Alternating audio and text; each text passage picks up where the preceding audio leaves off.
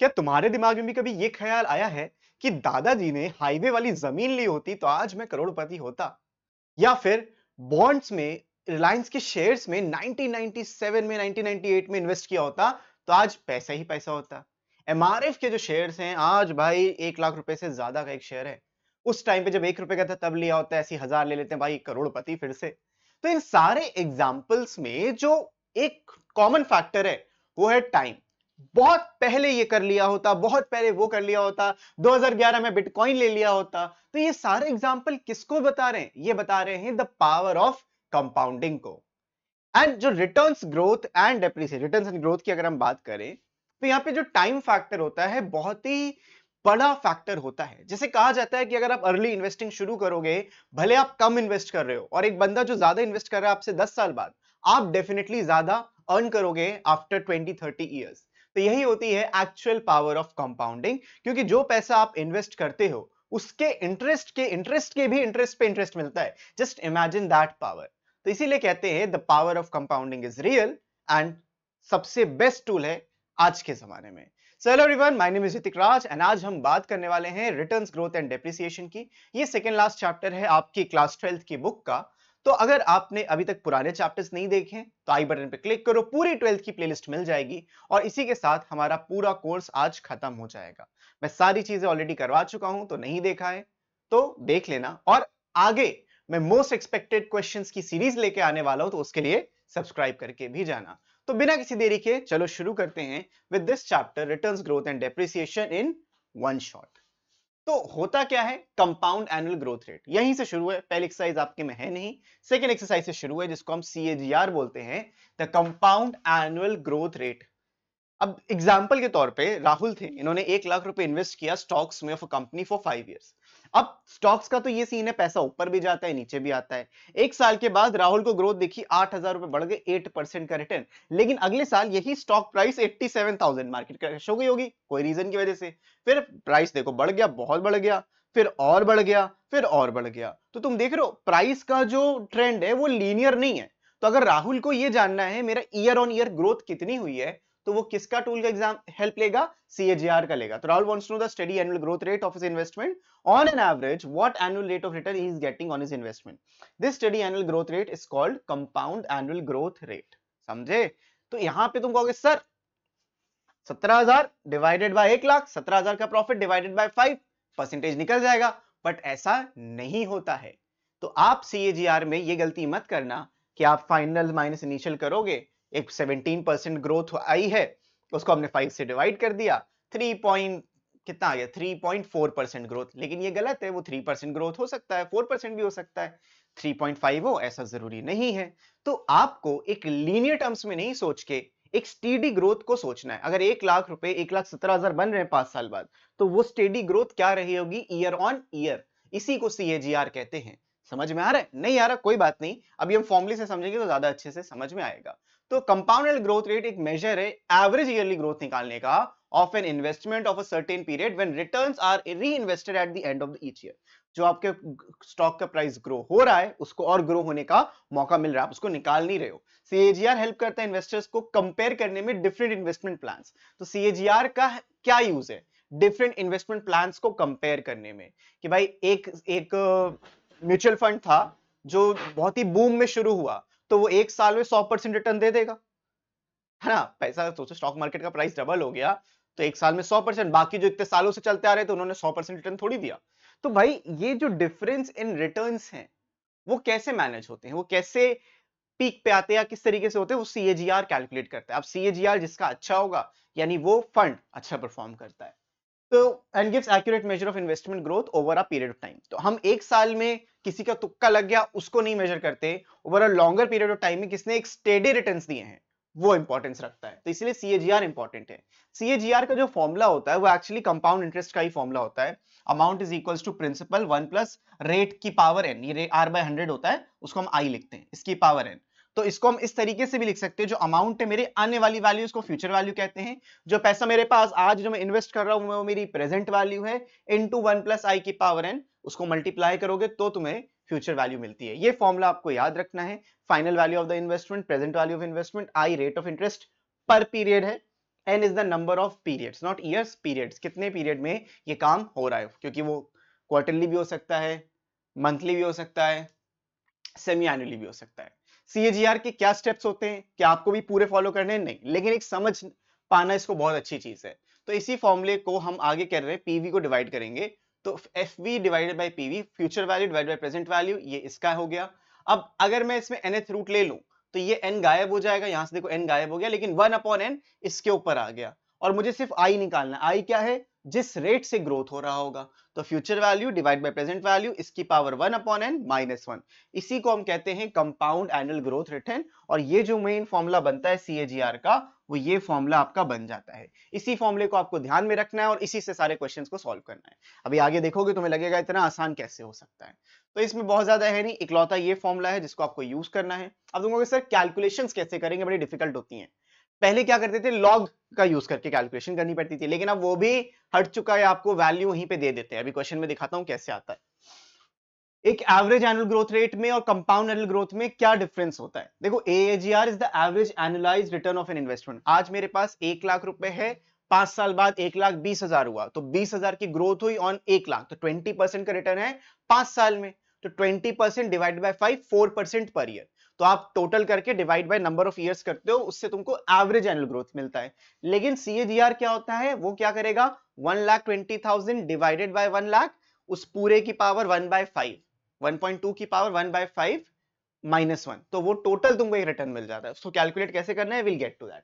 AGR is calculated by taking the arithmetic mean, जो मैंने आपको बताया वही सिंपल है। CAGR is calculated by using the final and beginning values of an investment. AGR is a linear measure that does not account for the effects of compounding. इसमें compounding नहीं होती, इसमें कंपाउंडिंग का बेनिफिट दिखता है, चाहे वो ईयरली हो चाहे आपका मंथली हो, तो जितनी भी वोलेटिलिटी भी रहती है सब समझ में आता है। इतना वोलेटाइल होने के बाद भी कितना अच्छे से ये रिटर्न दे रहा है, तो this is a better measure of calculating, है ना, बढ़िया तरीका है इसको कैलकुलेट करने का। फिर देखते हैं कंपाउंड एनुअल ग्रोथ रेट के कुछ uses. CAGR can be used to calculate and communicate the average growth of a single investment. एक सिंगल इन्वेस्टमेंट में भी कर सकता है, दो डिफरेंट इन्वेस्टमेंट के प्लान्स को कंपेयर करने के लिए भी यूज कर सकते हैं हम। Compare the historical return of stock with bonds और with a savings account. Historical return, भाई 20 साल में निफ्टी इंडेक्स फंड ने 15% का एनुअलाइज्ड ओवरऑल सीएजीआर दिया, गोल्ड ने उससे ज्यादा दे दिया, तो कैसे कंपेयर कर पाओगे जब हमारे पास 20 साल का डेटा होगा, फाइनल और initial. Track the performance of various businesses, measure of one multiple companies alongside. अब एक कंपनीज, जो कंपनीज होती हैं मल्टीपल बिजनेसेस हैंडल करती हैं, उन बिजनेसेस में कितनी अच्छी ग्रोथ है, इंडिविजुअल बिजनेस में कितनी अच्छी ग्रोथ है, उसको भी सीएजीआर मेजर करता है। ये सब जानना जरूरी होता है हमारे वाइवा के एग्जाम्स के लिए। अब आते हैं क्वेश्चंस पे सीधा। एक्सरसाइज 13.2 से शुरू, 13.1 नहीं है, तो उसकी आपको टेंशन नहीं लेनी। 13.2 में क्या है, find the effective rate of return which is equivalent to stated rate of 8% compounded quarterly. अब इसमें क्या डिफरेंस होता है, ये मैं आपको जरूर समझाना चाहूंगा, क्योंकि आप लोग इसमें बड़े कंफ्यूज से रहते हो, तो वो कंफ्यूजन मैं आपकी पूरी तरीके से दूर करना चाहता हूं। Let's clarify your confusion. इस क्वेश्चन से पहले मैं आपको एक चीज समझाऊंगा, वो चीज अगर समझ में आ गई तो लाइक जरूर करना, और कमेंट तो तुम करोगे ही, सब्सक्राइब भी करके जाओगे। तो देखो, मान लो तुम्हारे पास 100 रुपए हैं, 100 रुपए को मैं एक साल में ग्रोथ 20% से करा रहा हूं, तो अगर 20% से 1 ईयर की ग्रोथ है, ये पर एनम का था, एक ईयर की ग्रोथ 120 रुपए हो जाएगी। लेकिन ये 100 रुपए अगर 6 महीने में ग्रो होंगे तो क्या होगा, इंस्टेड ऑफ दिस 1 ईयर मैं 6 मंथ्स में ग्रो कराता हूं, लेकिन rate of interest 20% per annum है, 20% पर एनम ही हमारा रेट ऑफ इंटरेस्ट है। So how will you measure it, किस तरीके से आप कैलकुलेट करोगे? तो कैलकुलेशन का जो तरीका होगा, देखो 6 महीने में अगर 20% पूरे साल का है, तो 6 महीने का कितना होगा, 10% की ग्रोथ। अब अगर 10% की ग्रोथ होगी तो 110 हो जाएगा कि नहीं, 100 का 10% 110, 10 रुपए होता है, 100 में ऐड होके 110 बन गया। अब इस पे भी अगर तुम 10% की ग्रोथ लगाओगे तो यहां पे 121 रुपए बनेगा, क्योंकि 110 का 10% 11 रुपए होता है। तो जहां पे तुम्हारा 100 120 बन रहा था 20% के return of rate of return पे, सेम 100 रुपए 121 बन रहा है 20% के रेट ऑफ रिटर्न पे, लेकिन कंपाउंडिंग 2 बार हो रही है। तो यहां पे क्या हुआ, 100 रुपए से क्या बन गया, 121 रुपए बन गया। तो तुम्हें एक्चुअल में 21% का रिटर्न मिला है। यही एक्चुअल में जो फर्स्ट एक्सरसाइज थी वो बता रही थी कि होता क्या है। फर्स्ट एक्सरसाइज जो हमने स्किप करी है वो यही बता रही थी कि नॉमिनल रेट ऑफ रिटर्न क्या होता है और इफेक्टिव रेट ऑफ रिटर्न क्या होता है। यहां पे जो स्टेट करते हैं, जो बताते हैं कि ये रिटर्न मिलना चाहिए, 20% का बताया था, तो ये नॉमिनल रेट ऑफ रिटर्न है। और जो एक्चुअल में मिल रहा है, दो बार कंपाउंडिंग हो रही है, जो एक्चुअल में रेट ऑफ रिटर्न मिल रहा है वो कितना मिल रहा है, वो 21% मिल रहा है, ये इफेक्टिव रेट ऑफ रिटर्न है। तो ये डिफरेंस होता है नॉमिनल रेट ऑफ रिटर्न में और इफेक्टिव रेट ऑफ रिटर्न में। लो, पहली एक्सरसाइज मैंने कंप्लीट करा दी।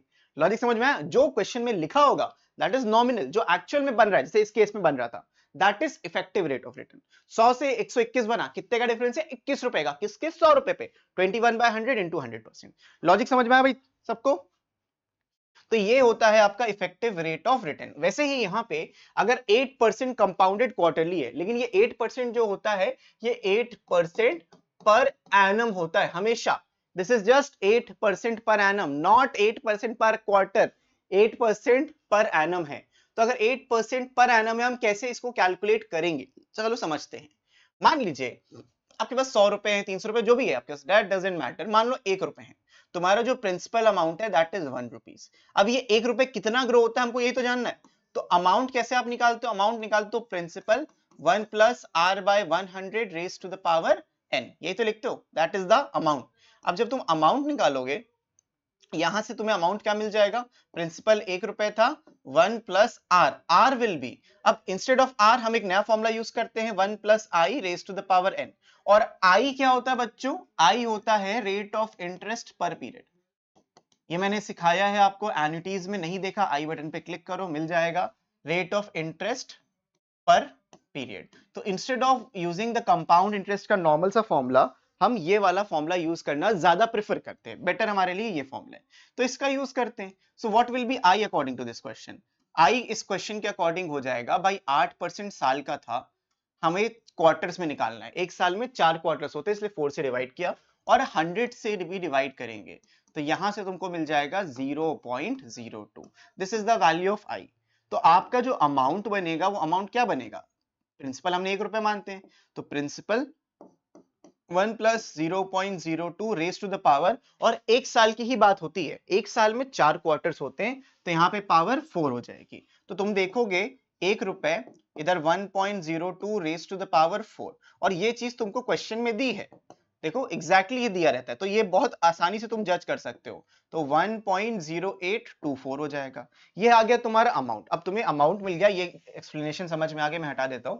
तुम्हें यहाँ पे तुम्हारा अमाउंट मिल गया। अब अमाउंट माइनस प्रिंसिपल तुम्हारा कंपाउंड इंटरेस्ट होता है। कंपाउंड इंटरेस्ट कितना है, अमाउंट माइनस प्रिंसिपल।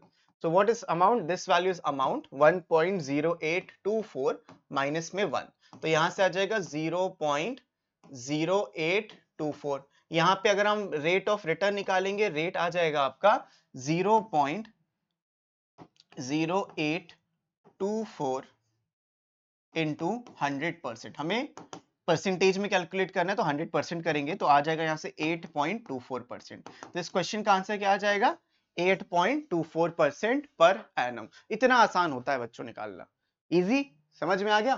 तो मैंने आपको कंपाउंड इंटरेस्ट के फॉर्मूले से बताया, इसका डायरेक्ट फॉर्मूला भी वही CAGR वाला फॉर्मूला है, आप उसको यूज करना चाहो बिल्कुल कर सकते हो। CAGR का फॉर्मूला यहाँ पे आप यूज करेंगे, जो भी आपका, देखो इफेक्टिव रेट मैं यहाँ पे समझा देता हूँ, ये तो मैंने तुमको कंपाउंड इंटरेस्ट के फॉर्मेट से बताया, एक तरीका और मैं बता रहा हूं, जो आपका इफेक्टिव रेट आएगा, formula of effective rate, effective rate का जो फॉर्मूला होता है वो डायरेक्टली आप लिख सकते हो as 1 plus I raise to the power n minus 1, that is the effective rate of return into 100%। वो बाय डिफॉल्ट आप उसको लिख सकते हो, ये 100% तो करोगे ही ना परसेंटेज में कन्वर्ट करने के लिए, जो वैल्यू आएगी वो पर अपॉन 100 आता है, हमें उसको परसेंटेज वैल्यू लिखना है, ये एक एक्चुअल नंबर है, परसेंटेज में कन्वर्ट करने के लिए 100% से मल्टीप्लाई करोगे तो विल गेट दिस। अब आसान लग रहा है, अब मैं इससे डायरेक्टली यहाँ पे करता हूँ, find the effective rate which is equivalent to nominal rate of 10% compounded monthly. अब देखो कंपाउंडेड मंथली का बात आ गया, और जब कंपाउंडेड मंथली का बात आई तो आई कितना हो जाएगा, 10%, ये पूरे साल का था, डिवाइड बाय 12 इंटू 100, तो यहां से तुमको क्या मिल जाएगा, यहां से मिल जाएगा 5/6, 5/6 इंटू 100। अब 5/6 की जो वैल्यू होती है वो 0.833 होती है, डिवाइडेड बाय 100। 5/6 0.833, 100 से डिवाइड और करोगे तो 0.00833 आ जाएगा। एग्जैक्टली वही नंबर जो तुमको यहाँ पे क्वेश्चन में दिया होगा, तुम्हें खुद समझ में आ जाएगा ये। अब मैं इफेक्टिव रेट ऑफ रिटर्न निकालना चाहता हूं, तो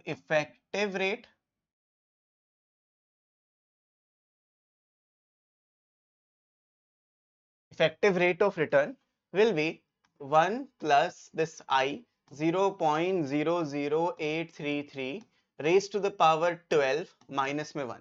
तो यहाँ पे 1.00833 इस पूरे की पावर 12 माइनस 1, इसकी वैल्यू दी है 1.1047 माइनस में 1, माइनस करोगे तो 0.1047 आएगा। अब ये वैल्यू तुम्हारे आई की वैल्यू है, effective, this is R, this is effective rate of return, but it should be in percentage. तो परसेंटेज में कन्वर्ट करने के लिए आप 100% से मल्टीप्लाई करोगे, तो आंसर आ जाएगा 10.47%।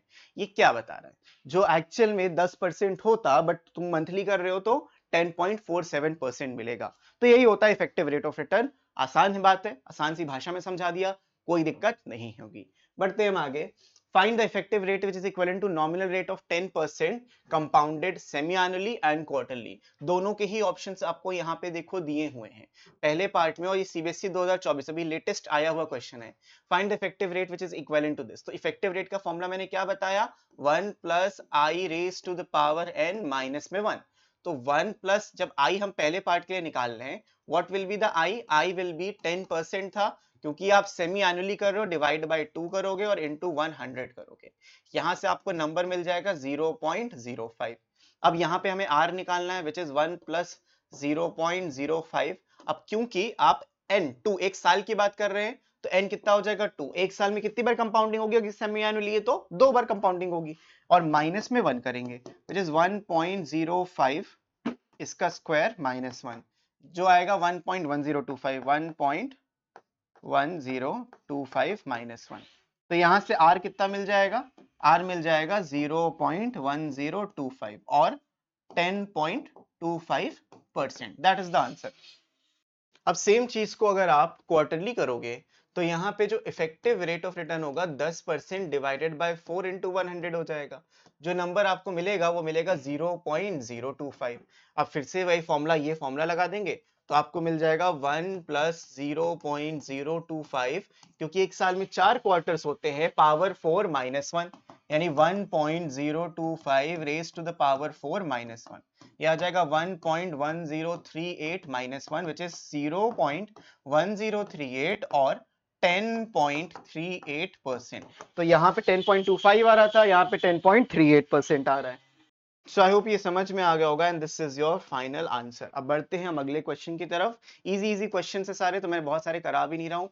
अब आते हैं मिसेस वंदना पे। अच्छा मिसेस वंदना में इन्होंने इन्वेस्ट किया 35,000 in shares of a company and reinvested the earnings every year in buying the shares of the same company. At the end of the 5 years the value of the shares increases to 56,000।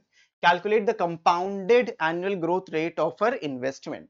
सीधा सीधा formula है CAGR का।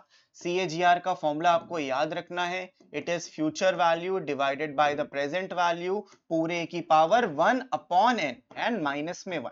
सीधा formula है, बिना किसी दिक्कत के आप सॉल्व कर सकते हो। यहाँ पे फ्यूचर वैल्यू कितनी है, जो 5 साल के बाद हो जाएगा 56,000। प्रेजेंट वैल्यू कितनी है 35,000। नंबर ऑफ ईयर्स कितने हैं यहाँ पे 5। तो आपको हर एक चीज तो क्वेश्चन में दी गई है, तो सीएजीआर का वापस से हम वैल्यूज रख लेंगे। यहाँ पे आ जाएगा 56,000 डिवाइडेड बाय 35,000, इस पूरे की पावर 1 अपॉन 5 माइनस 1। मैंने क्या बोला था, हमेशा आपको ये 1 अपॉन 5 इनकी वैल्यू ऐसे क्वेश्चन में दी रहेगी। अब ऑब्वियस सी बात है, ये 1.6 आएगा, इसको हम काट के देखते हैं। ये 7 से कैंसिल आउट होगा, 7 5 जा 7 8 जा 8 by 5 1.6 होता है। So your CAGR will be 1.6 की पावर 1 by 5 माइनस में 1, 1.0985 माइनस में 1 और 0.0985, यानी कि ये हो जाएगा 9.85%। तो बहुत ही अच्छा कंपाउंड एनुअल ग्रोथ रेट इनको मिला है विच इज 9.85% का। एफडीज भी 6%, 6.5% से ज्यादा नहीं देती। आई होप तुमको समझ में आ गया होगा ये क्वेश्चन भी। सीएजीआर का बहुत ही सिंपल सा एप्लीकेशन है ना, आसान। तो कोई दिक्कत है तो आप कमेंट में अभी भी बता सकते हैं, वो भी एक्सप्लेन कर दिया जाएगा, लेकिन आई डोंट थिंक इसमें आपको कोई दिक्कत होगी अब। और अगर आपको ये सारे नोट्स चाहिए तो आपको डिस्क्रिप्शन में मेरा ऐप का लिंक मिल जाएगा, both for Android and iOS।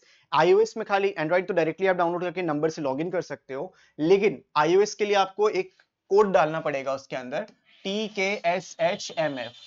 इससे आपको एक्सेस मिल जाएगा मेरे ऐप का, और ये सारे पीडीएफ आपको फ्री मटेरियल सेक्शन में देखने को मिलेंगे। तो जल्दी से डाउनलोड करो, किस बात की देरी। हम बढ़ते हैं अगले क्वेश्चन की तरफ, which is this. A startup company invested इतना 3 लाख रुपए for in shares for 5 years.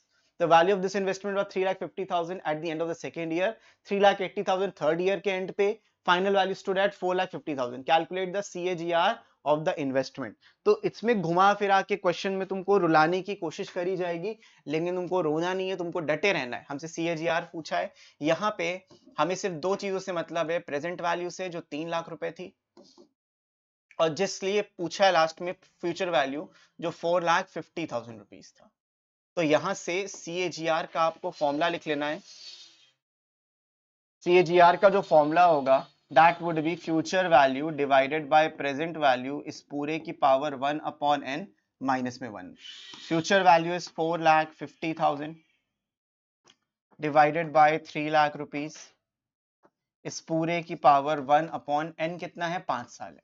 5 साल नहीं समझ में आ रहा, देखो 5 यहाँ पे लिखा है, ऐसे ही समझ लेना। 1/5 माइनस में 1, इसके बाद यहाँ पे इसको कैंसिल करोगे तो 1.5 आएगा। 1.5 raise to the power 1/5 minus में 1। पहले लॉग एंटी लॉग लेना पड़ता था, अब सामने क्वेश्चन में देखो ऐसे, बोर्ड का क्वेश्चन ऐसे ही आया था। तो 1.084 माइनस में 1 विच इज इक्वल्स टू 0.084 और 8.4%, and that is your final answer. 8.4% is the compound annual growth rate of this company, shares में जिसने इन्वेस्ट किया था। समझे बच्चों, आसान है ना, बहुत बढ़िया। बढ़ते हैं हम अगले क्वेश्चन की तरफ।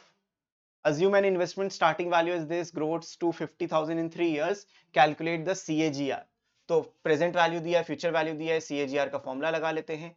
फ्यूचर वैल्यू है 50,000 रुपीज डिवाइडेड बाय 20,000 रुपीज इस पूरे की पावर, क्योंकि 3 साल का रहता 1/3 माइनस में 1, तो ये 2.5 आ जाएगा, इसकी पावर 1/3 माइनस में 1।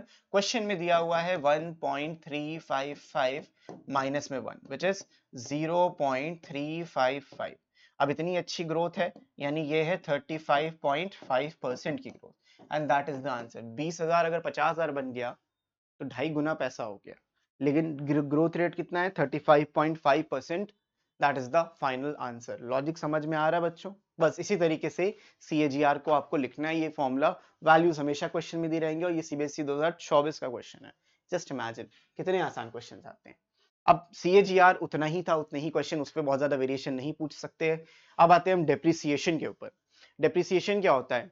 बेसिकली यहाँ पे जो एक असेट होता है उसकी कॉस्ट का जो रिडक्शन होता है उसको हम डेप्रिसिएशन कहते हैं।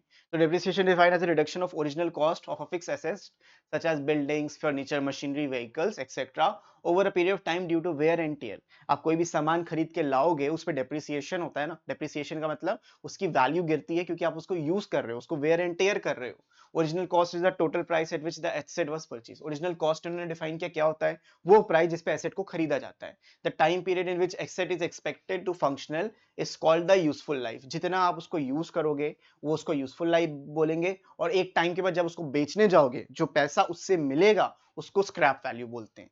तो वहां पे यहाँ पे स्क्रैप वैल्यू देखो आया है, स्क्रैप वैल्यू या फिर सैल्वेज वैल्यू और डेप्रिशिएटेड वैल्यू, तीनों नाम होते हैं। तीनों में से क्वेश्चन में कुछ भी आ सकता है। इससे क्वेश्चन आसान है, परेशान ना होना। बुक वैल्यू क्या होता है? Book value of asset at a given date is the original value of the asset minus the accumulated depreciation at that date। मतलब कि मान लो मैं चाहता हूं मुझे बुक वैल्यू निकालनी है, आज मैंने कोई चीज 1 लाख रुपए की खरीदी, उसका 10,000 रुपए डेप्रिसिएशन हो गया, तो at the end of 1 year और the beginning of the next year जो उसकी बुक वैल्यू होगी वो 1 लाख माइनस 10,000 यानी कि 90,000 होगी। एक साल बाद और मतलब 2 साल के एंड में वो 80,000 होगी, फिर 70,000 होगी, इस तरीके से ये चलता जाता है।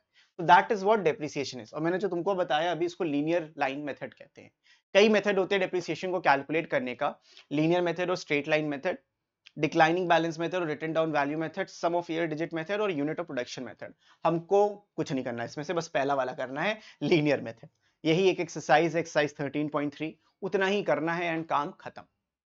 ठीक है, तो मेथड्स ऑफ कंप्यूटर डेप्रिसिएशन में आपको मिलेगा लीनियर या स्ट्रेट लाइन मेथड, बस एक ही है। तो लीनियर और straight line method is the depreciation method in the simplest and most widely used method. In this method, the value of an asset is reduced uniformly over each period until it reaches its scrap value or salvage value. The formula for calculating is this. अब सोचो एक बात को, ये क्या अच्छा method है? Technically नहीं. क्यों नहीं है? कि मान लो कोई चीज को 10% से रिड्यूस कराना था, अब 10% से कोई चीज रिड्यूस हो रही है, वो बेटर है या 10, मानो 1 लाख रुपए की चीज है, ऐसे समझाता हूँ. I have 1 lakh rupees. अब इसमें से जब डेप्रिसिएशन होगा, ये ईयर 1 के स्टार्टिंग में है, ईयर 2 में क्या होगा, 10,000 रुपए रिड्यूस हो गया, 90,000 हो जाएगा. ईयर 3 में क्या होगा, 10,000 रिड्यूस हो गया, 80,000 हो जाएगा. ईयर 4 में क्या होगा, 10,000 रिड्यूस हो गया, 70,000 हो जाएगा. And this is the value जब एक स्ट्रेट लाइन मेथड है. लेकिन अगर हम रिड्यूसिंग बैलेंस पे जाएंगे, 1 लाख रुपए 10% डिक्रीज हुआ, परसेंटेज होता है, 10% डिक्रीज होगा तो 90,000. तुम सर सेम ही तो है, यस, बट इसका 10% जब तुम रिड्यूस करोगे तो वो 81,000 होगा. इसका 10% तुम रिड्यूस करोगे तो 72,000 समथिंग समथिंग होगा. 8,100 इससे माइनस कर दो, 8,000 माइनस करोगे तो 73 आएगा, हाँ 72,900 होगा. सोचो ये वैल्यू मिल रही है, तो 2,900 रुपए का तो लॉस हो रहा है अगर हम लीनियर मेथड से कर चल रहे हैं. लेकिन हमको यही मेथड फॉलो करना है. This is known as the linear method या स्ट्रेट लाइन मेथड. इसमें क्या होता है, इसमें आपको एनुअल डेप्रिसिएशन कैलकुलेट करना होता है कि एक साल में कितना डेप्रिसिएशन हो रहा है. इसको हम कैपिटल डी से डिनोट करते हैं. Original cost of an asset को हम कैपिटल सी से डिनोट करते हैं. स्क्रैप वैल्यू को कैपिटल एस से डिनोट करते हैं और डिवाइड बाय एन करते हैं. This is the useful life, कितने साल मशीन चली, ताकि डेप्रिसिएशन वैल्यू हम निकाल पाए. इसी एक फॉर्मूले से आप सब कुछ कर सकते हो. हर चीज का एक्सप्लेनेशन यहाँ पे दिया है, कौन सी चीज क्या है मैं ऑलरेडी बता भी चुका हूँ.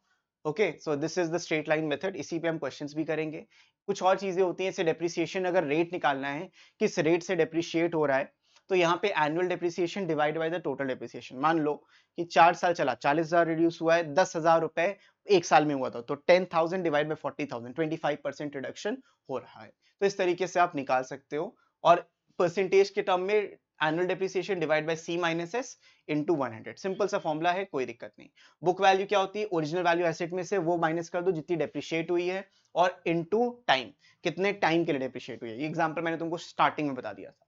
इस एक्सरसाइज के हम सारे क्वेश्चंस करेंगे ताकि जल्दी से इसको अब हम कंप्लीट कर लेते हैं. तो let's do this question. Exercise 13.3.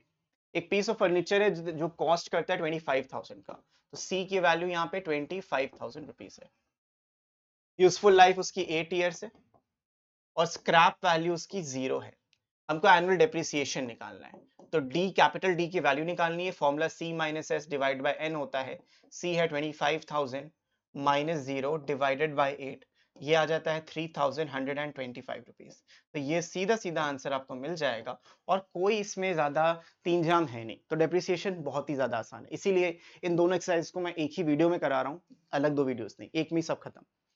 ठीक है, ये भी हो गया. बढ़ते हैं अगले क्वेश्चन की तरफ. A machine costing 30,000 is expected to have a useful life of 13 years.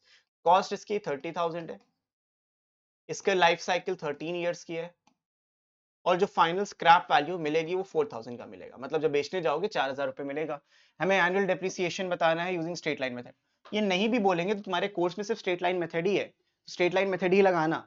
C minus S divide by N. तो C minus S divide by N, please write the formulas.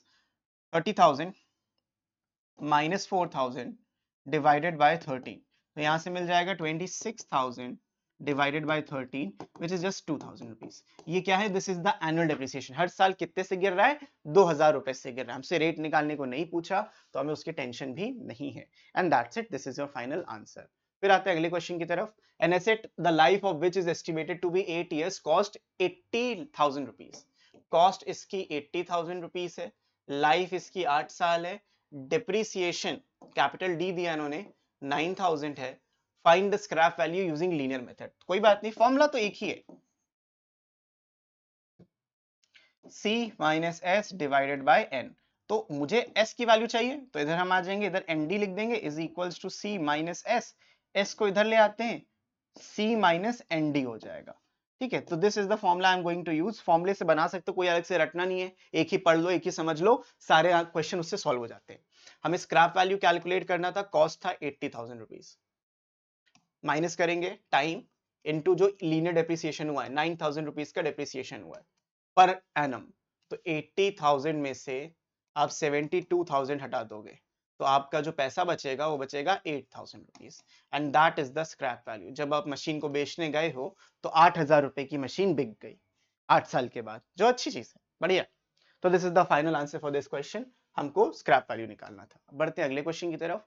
A vehicle costing 9 lakh has a scrap value of 2,70,000।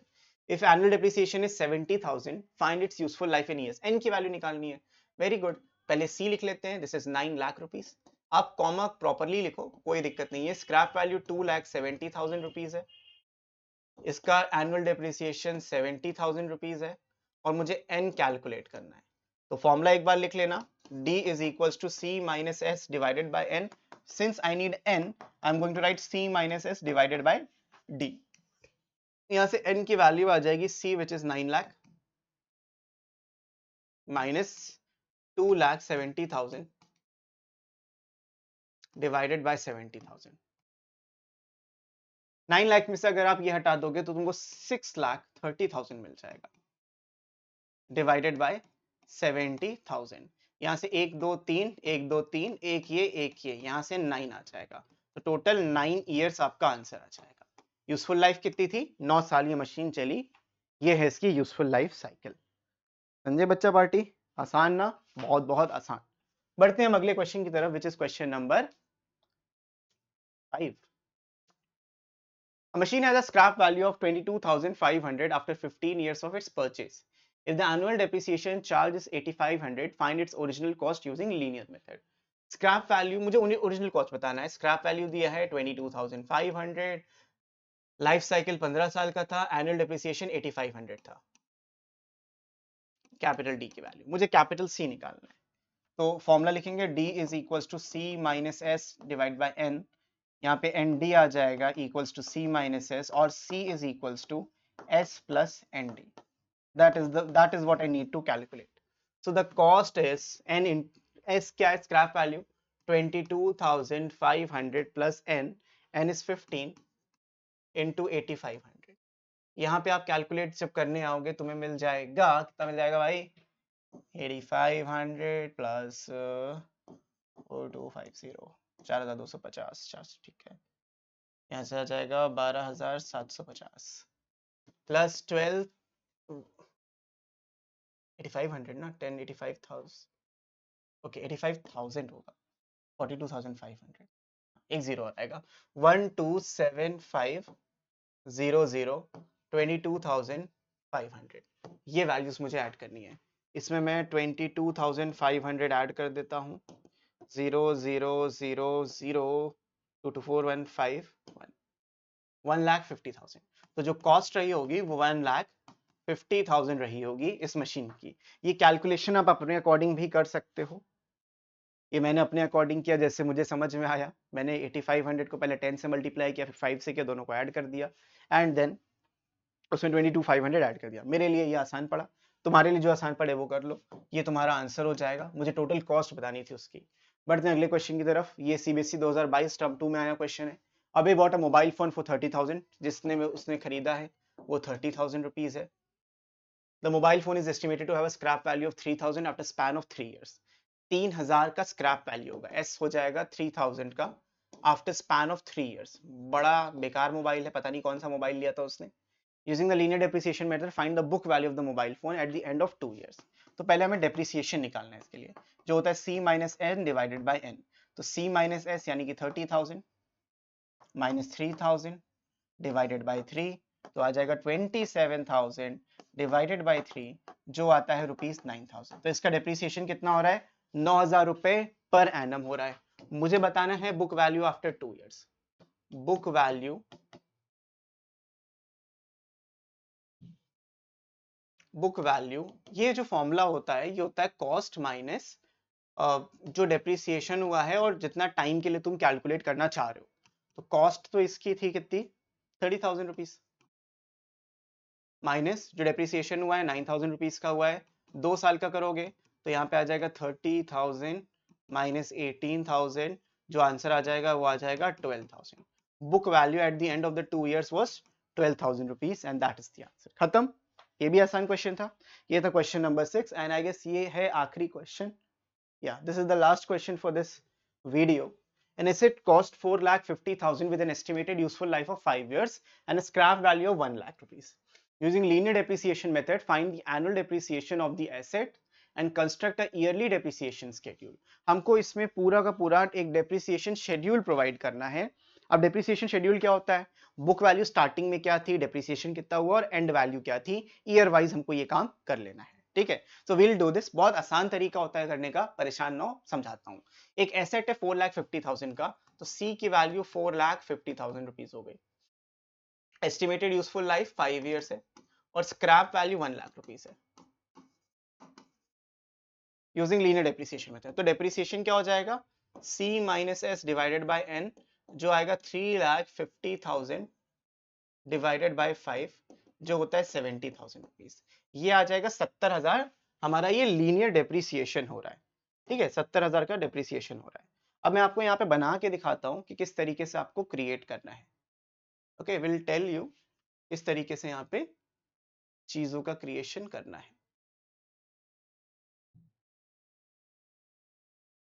कितने साल का हमको करना है, 5 साल का। ठीक है, 5 साल के लिए हमको करना है इसको क्रिएट।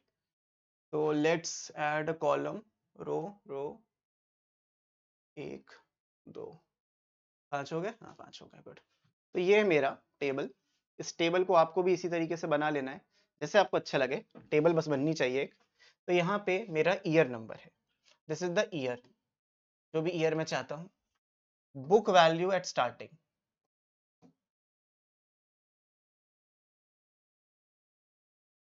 जो मेरा डेप्रिसिएशन हुआ है, and book value at end of the year. This is how you are going to create a table. अब यहाँ पे मुझे ईयर्स लिख देने हैं, year 1, year 2, year 3, year 4 and year 5। 5 साल का लिखना था, 5 साल का लिख दिया। जो शुरुआत है वो 4,50,000 रुपए से थी। अब जो डेप्रिसिएशन है वो 70,000 रुपीज है। अब एक याद रखना बात को कि भाई 70,000 रुपए अगर एक साल का है तो हर साल 70,000 रुपए ही डेप्रिशिएट हुआ होगा। 70,000 every year it will depreciate. तो इस साल के एंड में कितना बचा, इस साल के एंड में बचा 3,80,000 रुपीज, और जिससे एंड हुआ उसी से यहाँ पे स्टार्टिंग होगी 3,80,000 रुपीज। फिर 70,000 कम हुआ, 3,10,000 रुपए हो जाएगा। फिर इसमें स्टार्टिंग 3,10,000 रुपए की होगी, फिर 70,000 कम करोगे तो 2,40,000 रुपए हो जाएगा।